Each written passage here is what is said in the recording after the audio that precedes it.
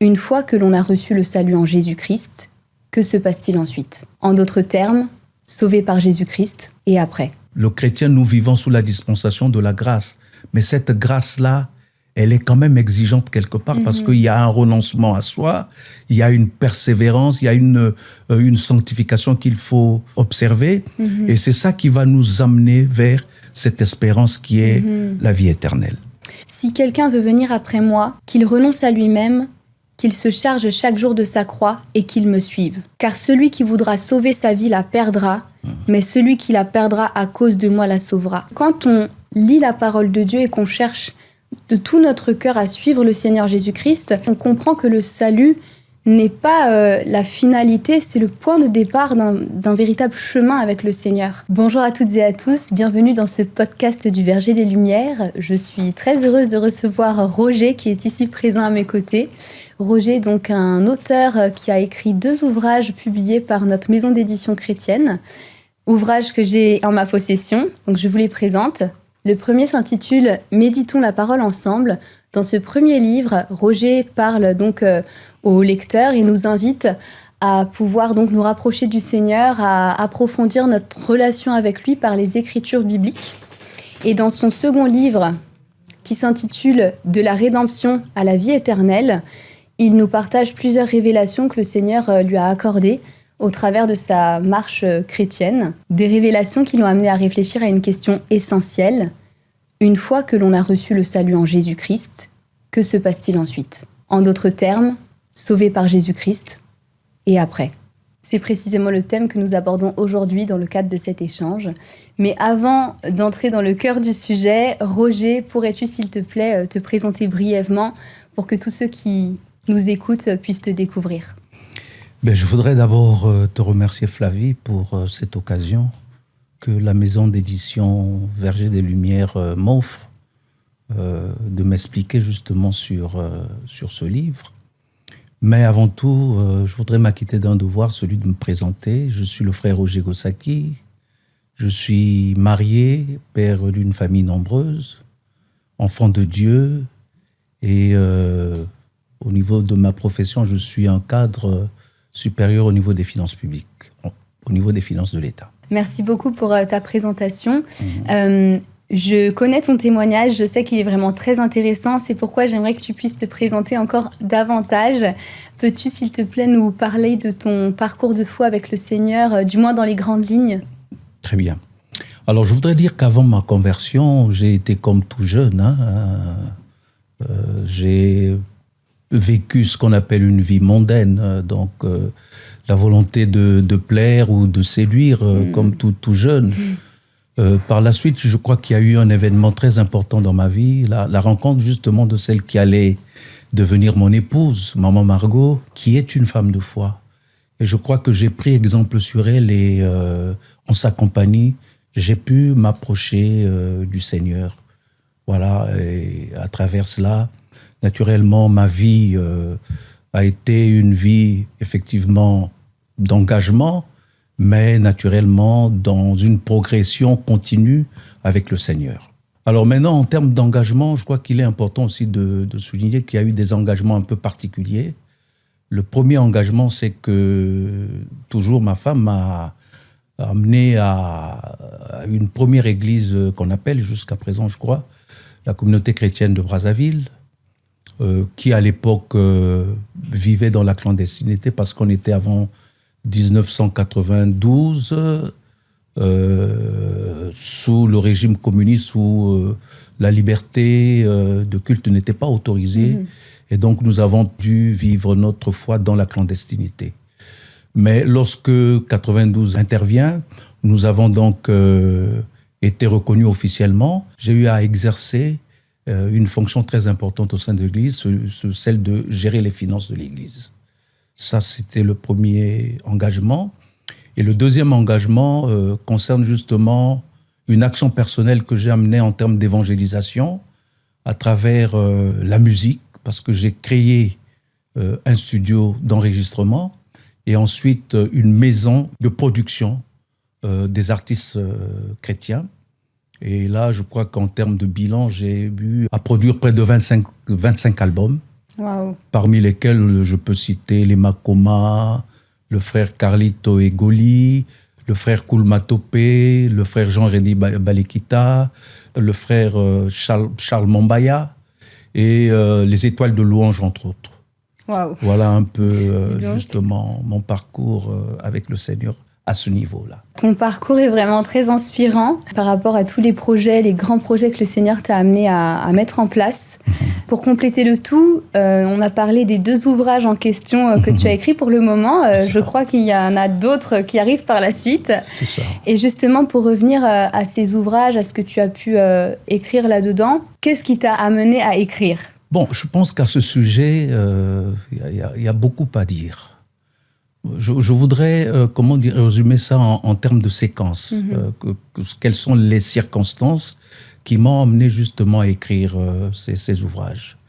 Je crois que la première séquence à rappeler, c'est celle des nuits d'insomnie que j'ai vécues pendant un bon moment. Je n'arrivais pas à dormir, ou quand je dormais, je me réveillais toujours vers 1h du matin. Et d'1h du matin jusqu'à l'aube, je ne dormais pas. Donc, et malheureusement, à cette époque-là, je ne savais pas tirer un profit spirituel justement pour ces moments d'éveil.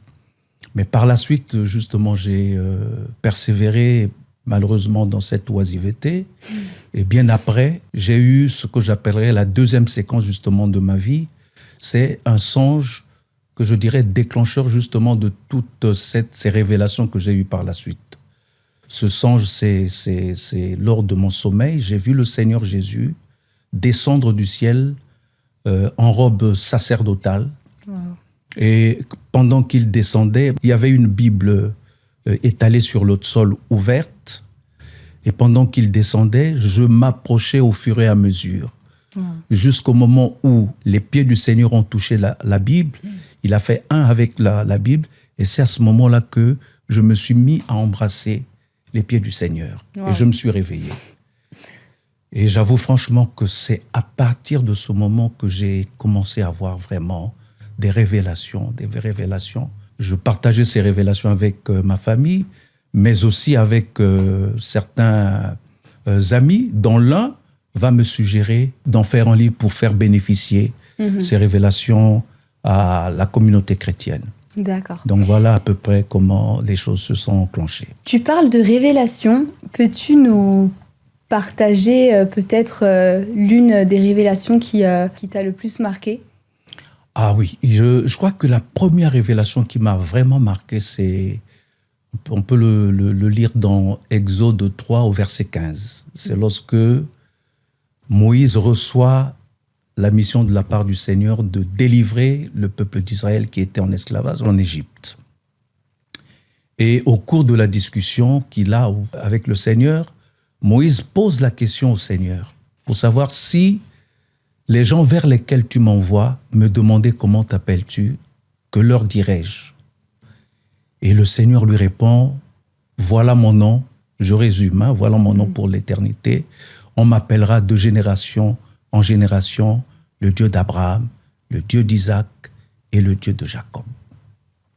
Et c'est à ce moment-là que j'ai été illuminé, comme un peu illuminé, pour comprendre la signification de tout cela. Ok, tu nous parles du Dieu d'Abraham, d'Isaac et de Jacob. Alors, c'est vrai que je connais cette expression pour avoir lu la Bible, l'avoir vue dans la Bible.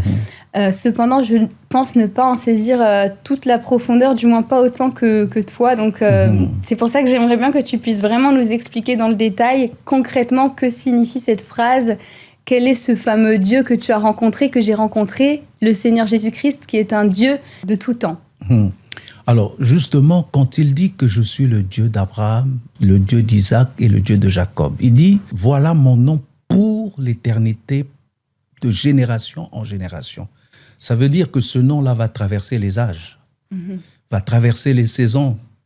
Et d'âge en âge, on l'appellera le Dieu d'Abraham, le Dieu d'Isaac et le Dieu de Jacob. Alors, c'est à ce moment-là que j'ai eu une sorte d'illumination. Abraham est identifié à la foi d'Abraham. C'est le père de la foi. Et quand il dit que je suis le Dieu d'Abraham, il veut simplement dire que de tout temps, je vais honorer la foi. Quels que soient les âges, quelles que soient les saisons, je vais honorer la foi. Et c'est ainsi que quand on regarde l'histoire de la Bible, on se rend compte que c'est un Dieu qui a effectivement toujours honoré la foi. Et tous les héros de la Bible, justement, sont là pour en attester. Et lorsqu'il dit que je suis le Dieu d'Isaac, Isaac symbolise ce que je dirais la fidélité de Dieu, parce qu'il a été le fils de la promesse. Dieu a promis une descendance à Abraham. Les deux étaient très âgés, mais par la promesse de Dieu, cette promesse, enfin, par la volonté de Dieu, cette promesse s'est accomplie. Et malgré leur âge très avancé, ils ont eu Isaac qui était le fils de la promesse. Et donc, cela traduisait la fidélité de Dieu. C'est pour ça qu'il est le Dieu d'Isaac, donc le Dieu fidèle à sa parole. Et je crois qu'il y a un deuxième aspect en ce qui concerne la fidélité, l'aspect fidélité, c'est le personnage d'Isaac lui-même. Isaac, c'était l'héritier d'Abraham, c'est-à-dire c'est la personne qui a eu l'héritage spirituel de son père, Abraham, et qui l'a totalement respecté, dans la discrétion, c'est vrai, mais de façon vraiment absolue. Et donc, Isaac lui-même est l'expression de cette fidélité. La fidélité, ouais. Et enfin, le Dieu de Jacob, c'est la grâce. Jacob, c'est le personnage qui représente la grâce de Dieu. Lorsqu'on regarde un peu la vie de Jacob, c'était une vie un peu tumultueuse, faite de mensonges, de tromperies, de ruses, etc., etc. Malgré cela, la grâce de Dieu était sur Jacob. Il suffit simplement de regarder ce qu'il a vécu chez son oncle Laban, comment tout prospérait lorsqu'il tenait tout ce qu'on lui confiait. Et la grâce de Dieu était sur Jacob.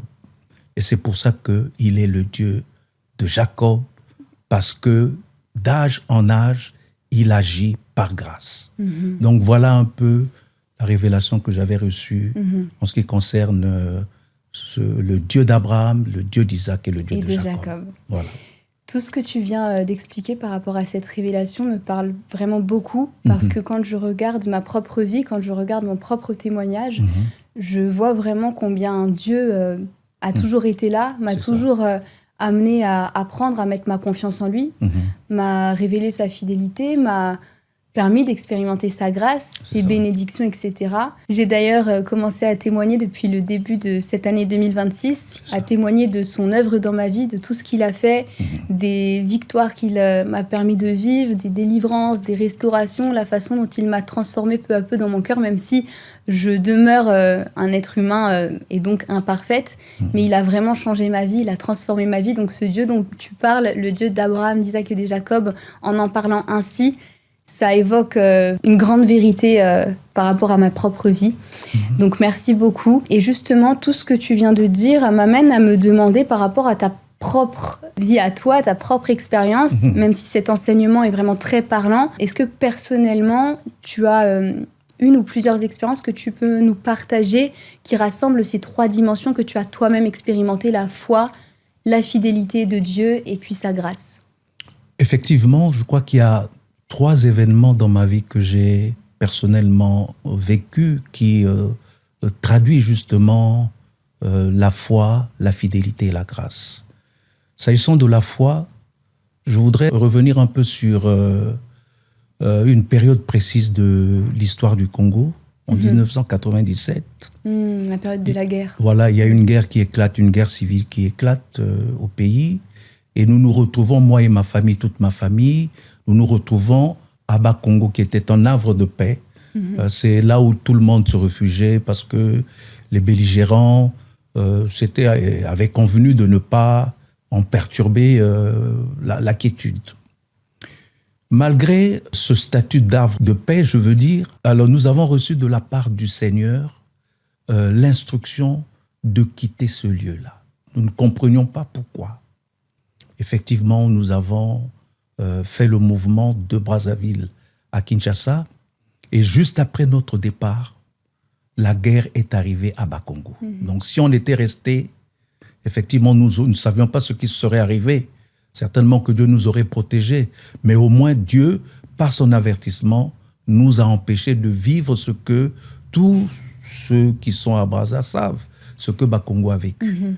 Donc notre foi, je dirais, nous a sauvés. Dieu a honoré notre foi, le fait que nous ayons obéi à son instruction. Ça, c'est le premier point. Le deuxième point, nous avons expérimenté la fidélité de Dieu, la protection de Dieu.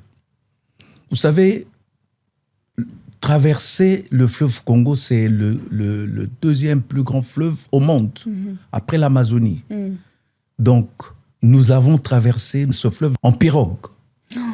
Je vous assure que... J'ai eu l'occasion d'aller une seule fois au Congo-Brazzaville et j'ai pu voir de loin à quoi ressemblait le fleuve et c'est vrai que et j'ai courageux pour s'aventurer à le traverser comme ça. Quoi. Voilà, et nous avons traversé ce fleuve-là en pirogue et j'avais mes 4 enfants avec moi dont le plus âgé avait à peine 7 ans.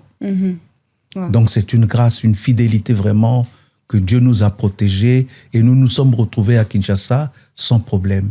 Et la deuxième vague, c'est mon épouse justement qui a fait également le même chemin, la même traversée avec 2 autres de mes petits-enfants, de mes enfants je veux dire, et en tout cas sans incident. Donc je peux dire que nous avons vraiment expérimenté la fidélité de Dieu à ce propos. Amen. Pourquoi la grâce? Effectivement, nous avons vécu la grâce de Dieu dans notre vie parce que nous n'avons manqué de rien lorsque nous nous sommes retrouvés à Kinshasa. Nous avions eu une provision exceptionnelle. Le Seigneur nous avait donné de l'argent. Nous sommes retrouvés avec une somme assez importante au niveau de Kinshasa qui nous a permis de vivre les 3 mois d'exil là-bas sans grande difficulté. Donc la grâce de Dieu a été avec nous. Donc voilà les 3 aspects justement pour répondre un peu à ce que vous aviez voulu suggérer. Eh bien, je suis vraiment touchée de voir combien le Seigneur vous a fait du bien. Oui. Ça ne m'étonne pas parce que je sais combien le Seigneur est bon, le Seigneur est merveilleux, le Seigneur est amour, Amen. Combien il nous veut du bien. Et justement, ça me fait penser à un verset qui dit « Tout concourt au bien de ceux qui aiment Dieu ». Et parfois, même souvent, on peut traverser des épreuves qu'on ne comprend pas, on peut vraiment se questionner, se demander mais comment Dieu peut permettre que je vive tel ou tel événement. C'est ça. Comme dans votre cas, par exemple, la guerre, c'est pas rien, c'est pas une petite épreuve, c'est dramatique. Vous avez dû quitter votre maison, quitter le pays, traverser le fleuve en pirogue et donc quand même mettre votre vie en danger. Vous avez dû prendre un risque pour essayer de sauver votre vie. Le Seigneur, par sa grâce, vous a amené à survivre et à avoir la belle vie que vous avez aujourd'hui, toute ta famille et toi. Donc, merci Seigneur pour commencer. Et ce que je retiens par rapport à ce témoignage, c'est que même quand on ne comprend pas les épreuves, Dieu veille quand même sur nous. Amen. Dieu est fidèle. Et c'est exactement tout ce que tu viens de dire. Amen. Également, avec tout ce que tu nous as déjà apporté comme enseignement, je réalise encore une fois combien la vie chrétienne est vraiment une marche avec le Seigneur. Et justement, j'en viens à penser au fait que beaucoup de personnes, particulièrement beaucoup de croyants, de personnes effectivement qui se disent être chrétiennes, considèrent que le salut, en fin de compte, est l'aboutissement en lui-même de la vie chrétienne, alors que quand on lit la parole de Dieu et qu'on cherche de tout notre cœur à suivre le Seigneur Jésus-Christ, justement, en tout cas à suivre ce qui est dit dans la parole de Dieu, on comprend que le salut n'est pas la finalité, c'est le point de départ d'un véritable chemin avec le Seigneur. Et j'aimerais te demander, de ton côté, est-ce qu'il y a eu vraiment un moment en particulier où, tout comme ça s'est passé pour moi, tu as réalisé ça, où Dieu t'a montré que le salut est le point de départ et pas la finalité? C'est toute la problématique du livre de la rédemption à la vie éternelle, où nous posons cette question-là pour dire en fait que le salut, la foi en Christ, le fait que l'on passe par le baptême des eaux ne suffit pas. C'est comme une porte d'entrée simplement. Après cela, il faut faut marcher avec le Seigneur pour justement arriver à ce que j'appellerais la terre promise pour le croyant né de nouveau, qui est la Jérusalem, ou la Nouvelle Jérusalem ou la Jérusalem céleste. Je voudrais vous demander de lire ce verset. C'est dans Luc 9, versets 23 à 24. Luc chapitre 9, versets 23 à 24. Puis il dit à tous, « Si quelqu'un veut venir après moi, qu'il renonce à lui-même, qu'il se charge chaque jour de sa croix et qu'il me suive. Car celui qui voudra sauver sa vie la perdra, mais celui qui la perdra à cause de moi la sauvera. » Que vous inspire ce passage de Luc 9 ? Le Seigneur Jésus-Christ nous a demandé dans ce verset de renoncer à nous-mêmes, de porter notre croix. Et ce que ça m'inspire, je dirais, c'est qu'il faut être prêt à tout en fin de compte pour suivre le Seigneur, pour marcher à ses côtés. Ça me fait notamment penser à un autre verset, un verset essentiel dans la parole de Dieu, où le Seigneur nous rappelle les 2 premiers commandements, les commandements les plus importants. Le Seigneur nous dit « Tu aimeras ton Dieu plus que toute autre chose ». Je paraphrase, de tout ton cœur, de toute ton âme, de toute ta pensée, de toute ta force. Et vient ensuite donc le 2e commandement où il dit « Tu aimeras ton prochain comme toi-même ». Et donc c'est un passage très fort de la parole de Dieu qui nous montre combien en fait ce que le Seigneur nous demande, c'est de l'aimer plus que notre propre vie. Et je paraphrase encore, si tu es prêt à perdre ta vie, pour moi, tu la retrouveras. Mais par contre, si tu t'accroches à ta vie sur cette terre et donc à ce qui va avec, l'amour du monde, tes attachements terrestres, peut-être tes désirs charnels, etc., mais en fait, ta vie, tu la perdras parce qu'au final, tu ne me suivras pas moi véritablement et donc tu ne seras pas en capacité de faire ma volonté. Donc, ce que ça m'évoque en conclusion, c'est que le Seigneur nous demande vraiment de l'aimer plus que toute autre chose et d'être prêt à renoncer à notre vie. Et c'est en renonçant à notre propre vie qu'on porte en fin de compte notre croix comme il l'a fait. Mais l'espérance qu'il y a dedans, c'est que quand on porte notre croix comme lui il l'a fait, ça veut dire qu'on est prêt à mourir à nous-mêmes. Oui. Avec la mort vient la résurrection et la vie éternelle. Donc c'est ça, globalement. Amen. Bon, moi je voudrais expliquer ça un peu en quelques séquences. La première séquence, c'est la foi lorsque nous exprimons notre foi en Christ. Nous sommes baptisés. Ce n'est qu'une porte qui est ouverte. Tout ne s'arrête pas là. Mais en réalité, tout commence là. Parce qu'il y a une marche. Le fait de renoncer à soi-même suppose une attitude, un comportement justement dans la marche que le chrétien ou le croyant né de nouveau doit, n'est-ce pas, accomplir pour justement aller vers l'espérance qui est celle de la Nouvelle Jérusalem. Je pense que la transcription exacte justement de cette séquence-là, c'est lorsqu'on regarde un peu ce qu'a été la nation d'Israël lorsqu'elle est sortie de l'Égypte, a traversé la mer Rouge. On aurait pu penser que tout s'arrêtait là. Non, tout ne s'est pas arrêté là, mais tout commençait là. Parce que ce peuple avait la promesse de la terre de Canaan comme héritage. Donc il a fallu à ce peuple-là de marcher vers Canaan. Mais ce qui est important également de souligner, c'est le fait que c'est un peuple qui a marché sous la loi. La loi que Moïse avait reçue au mont Sinaï de la part du Seigneur, caractérisée par les 10 commandements. Et malheureusement, ce peuple, la Bible dit que parmi toute la génération de ceux qui sont sortis de l'Égypte, qui ont traversé la mer Rouge, seuls Caleb et Josué ont vu la terre promise, sont entrés dans la terre promise. Tous les autres ne sont pas rentrés dans la terre promise. Ça veut donc dire que c'est des personnes qui ont désobéi justement au commandement qui leur a été donné. Et c'est exactement ce que nous pouvons retrouver justement dans la marche du chrétien.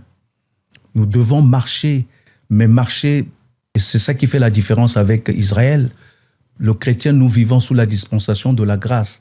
Mais cette grâce-là, elle est quand même exigeante quelque part parce qu'il y a un renoncement à soi, il y a une persévérance, il y a une sanctification qu'il faut observer. Et c'est ça qui va nous amener vers cette espérance qui est la vie éternelle. Je me permets de faire un parallèle avec le verset qu'on a lu juste avant dans Luc. On a lu que le Seigneur nous appelle à renoncer à nous-mêmes, à porter notre croix et à le suivre, et en fin de compte à mettre en place les 2 premiers éléments pour être en capacité de le suivre. C'est ça.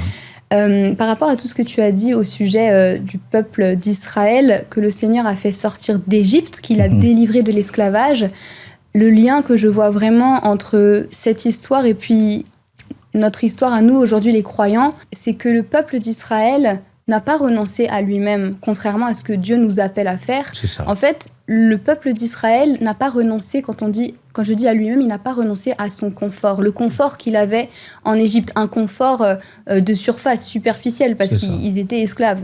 Mais ils avaient de quoi manger, etc. Et quand Dieu les a délivrés, ils se sont retrouvés à effectivement devoir marcher dans le désert, donc ce sont quand même des conditions difficiles.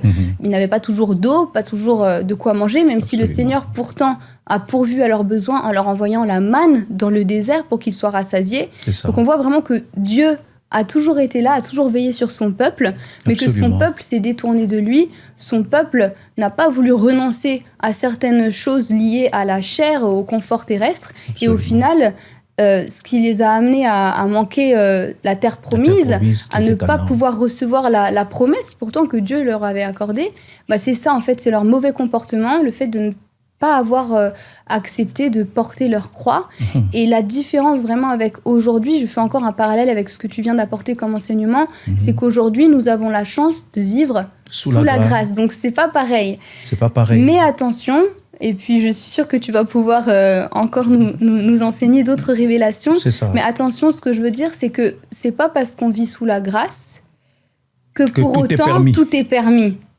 Et qu'il n'y a pas une certaine exigence quand même dans la façon dont nous devons répondre à l'amour de Dieu. Parce que c'est vraiment une grâce que Dieu nous aime gratuitement, inconditionnellement, etc. Mais tout comme on peut vivre l'amour dans les relations humaines, voilà, il faut aussi savoir répondre au bout d'un moment de la bonne façon à cette grâce de l'amour que Dieu nous permet de recevoir. Et donc, j'en viens à une autre question. Dans ton livre, tu parles de la distinction à faire entre l'Église, corps du Christ, et l'Église, épouse de Christ. Là, tout de suite, peut-être que ceux qui nous écoutent ne comprennent pas encore la différence, mais tu vas pouvoir aborder ce sujet. Ma question est la suivante. Concrètement, pourquoi, selon toi, est-il important de faire cette distinction pour comprendre ce que le Seigneur attend du croyant après sa conversion? Parce qu'effectivement, le salut, c'est le point de départ. Et après, donc, je reviens à la question de notre podcast. Quelle est la suite? La suite, justement, lorsque le croyant né de nouveau entre dans la croissance spirituelle, c'est vrai que c'est un acte personnel, c'est un engagement personnel, accepter Jésus-Christ comme Seigneur et Sauveur. Mais bien que ça soit un engagement personnel, la personne qui fait, n'est-ce pas, qui réalise cette action, intègre une communauté, intègre une famille. Et cette famille, en l'occurrence, on l'appelle l'Église. Ça veut dire qu'il a un rôle à jouer dans l'Église. Mais cette Église, justement, avait reçu mission, ou a reçu mission, puisque la mission est actuelle jusqu'à nos jours, a reçu mission de faire de toutes les nations des disciples. Et de ce point de vue, en tant que membre de la communauté, en tant que membre de l'Église, il a un rôle à jouer. L'Église comme corps de Christ. Parce que Jésus-Christ est la tête et l'Église est le corps de Christ.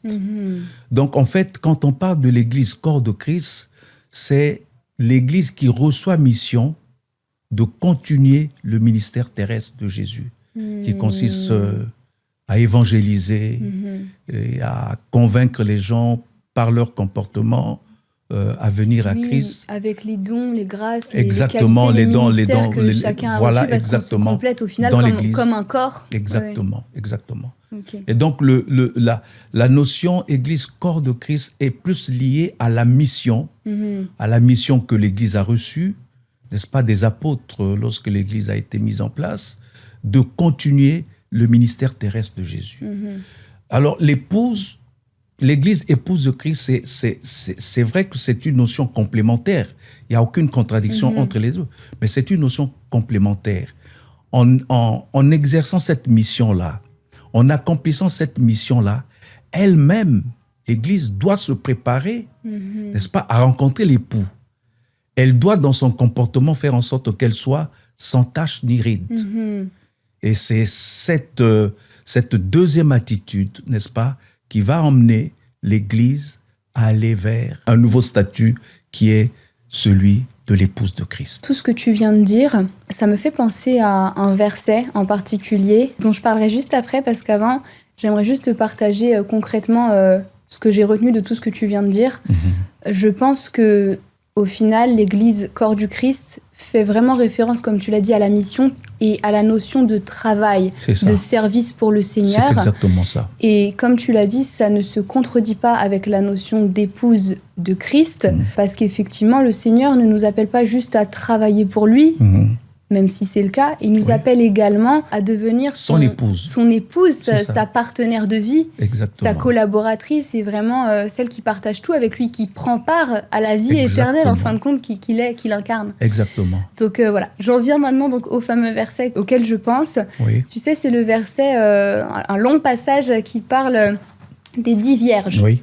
Des 10 vierges, je sais que tu as reçu un bel enseignement à ce sujet. Est-ce que tu peux nous en dire plus, s'il te plaît ? Effectivement, j'ai beaucoup de choses à dire à ce sujet, mais je souhaiterais d'abord que tu lises le fameux verset dont tu parles, qui se trouve dans l'Évangile selon Matthieu, au chapitre 25, versets 1 à 13. Alors, le royaume des cieux sera semblable à 10 vierges qui, ayant pris leur lampe, allèrent à la rencontre de l'époux. 5 d'entre elles étaient folles et 5 sages. Les folles, en prenant leur lampe, ne prirent point d'huile avec elles, mais les sages prirent avec leur lampe de l'huile dans des vases.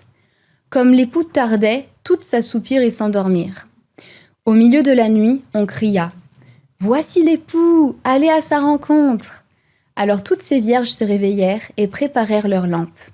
Les folles dirent aux sages « Donnez-nous de votre huile, car nos lampes s'éteignent. » Les sages répondirent « Non, il n'y en aurait pas assez pour nous et pour vous. Allez plutôt chez ceux qui en vendent et achetez-en pour vous. » Pendant qu'elles allaient en acheter, l'époux arriva.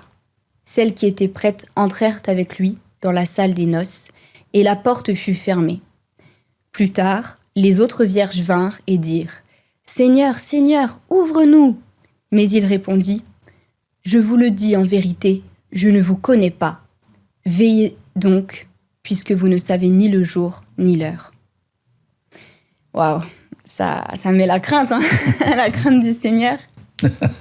Alors, ce que je voudrais dire, d'abord, il y a une chose à retenir. La Bible parle de 10 vierges, mais qui avaient toute la connaissance de l'époux. Mais elles n'ont pas eu les mêmes comportements dans l'espérance de l'arrivée de l'époux.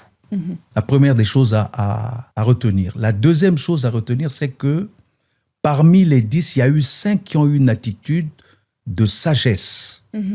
C'est-à-dire que c'est des épouses qui ont préparé l'arrivée du Seigneur, de l'époux.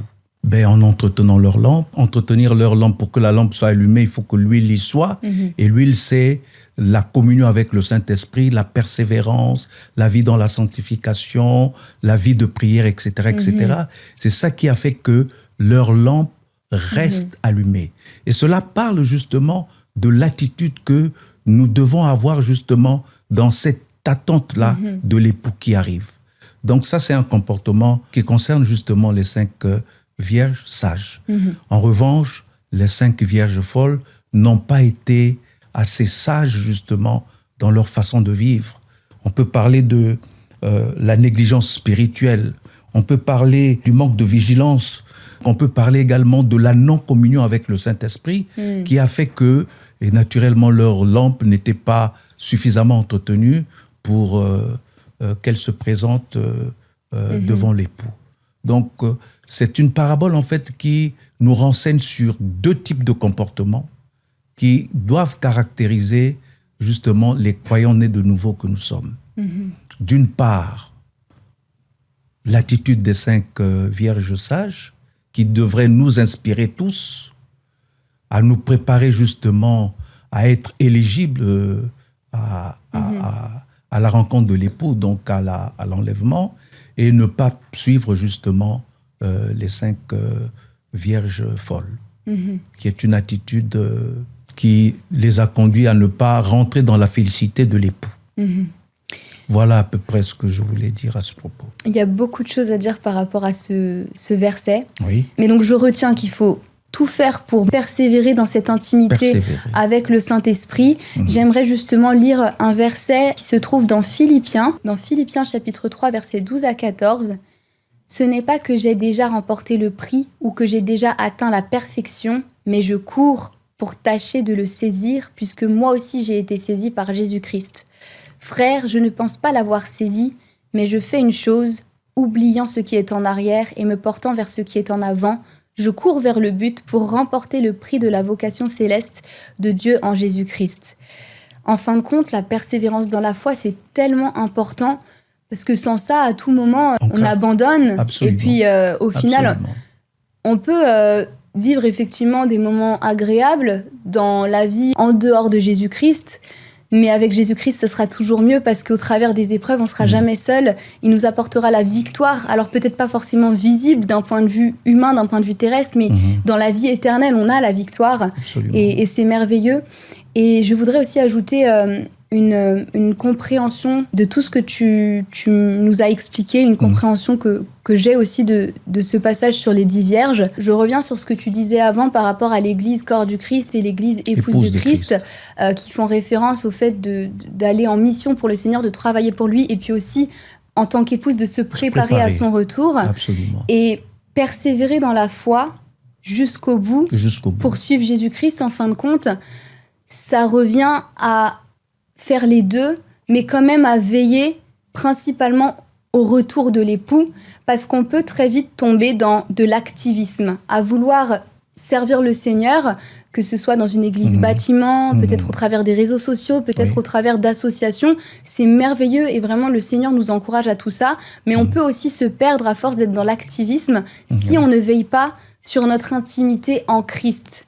Ce qui n'est pas exactement la même chose. Absolument. Et la leçon, je crois que l'on peut tirer de cette parabole et de tout ce que tu as dit avec les 5 vierges sages et les 5 vierges folles, c'est que la différence entre les deux, c'est ça, c'est que l'une a continué d'entretenir cette intimité avec le Seigneur, oui. Et l'autre a négligé, a été dans la négligence spirituelle, ce qui ne veut pas forcément dire qu'elle a arrêté d'aller à l'église ou qu'elle a arrêté de servir, mais au final, servir le Seigneur, ce n'est pas qu'au travers de l'activisme, c'est aussi dans les petites choses, au travers de l'attitude de notre cœur, demeurer dans l'amour de notre prochain, pardonner, etc. Donc voilà, c'est un vaste sujet, on n'a pas forcément le temps de tout dire par rapport à ça. Est-ce qu'avant de conclure notre podcast, tu avais autre chose à apporter au sujet de cette notion de persévérance ? Je voudrais ici encore peut-être revenir un peu sur le cas de la nation d'Israël. Si on parle de 2 personnes parmi toute la génération qui avait traversé la mer Rouge, on parle de Caleb et de Josué, c'est parce qu'ils ont persévéré justement dans leur attitude, dans leur attitude d'obéissance justement de la parole de Dieu. Donc la persévérance a été, je dirais, la clé qui leur a ouvert justement la porte de Canaan.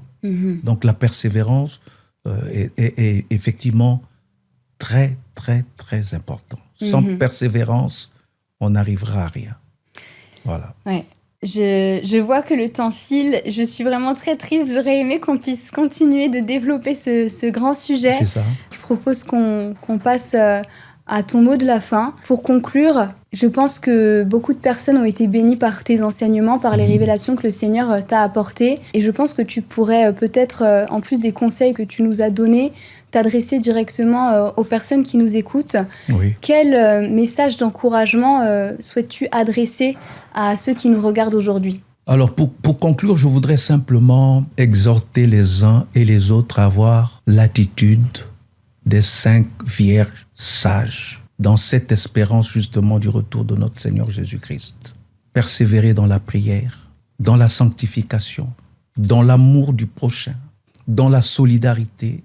Et tout cela, je crois que ce sont des attitudes que nous devons avoir qui feront en sorte que nous soyons éligibles à l'enlèvement pour ensuite devenir l'Église épouse de Christ. Amen.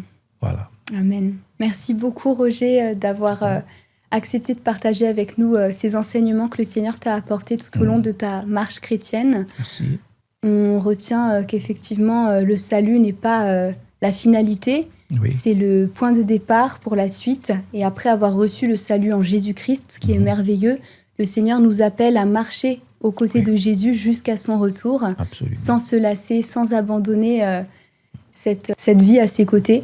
Merci à toutes et à tous de nous avoir écoutés. Si cet échange vous a édifié, et je suis persuadée que c'est le cas, n'hésitez pas à vous abonner à notre chaîne YouTube, à liker, commenter, partager. Et d'ailleurs, si vous avez des questions, vous pouvez tout à fait les laisser en commentaire. On sera ravis d'y répondre dès que nous pourrons. Étant donné que nous avons passé tout le temps de cet échange à parler de sujets qu'on peut retrouver dans le fameux livre de Roger, si vous êtes conduit par le Saint-Esprit à le faire, n'hésitez pas à vous procurer un exemplaire. Encore une fois, ce livre s'intitule « De la rédemption à la vie éternelle », livre écrit par Roger Gossaki, édité par la maison d'édition Le Verger des Lumières et disponible sur Amazon.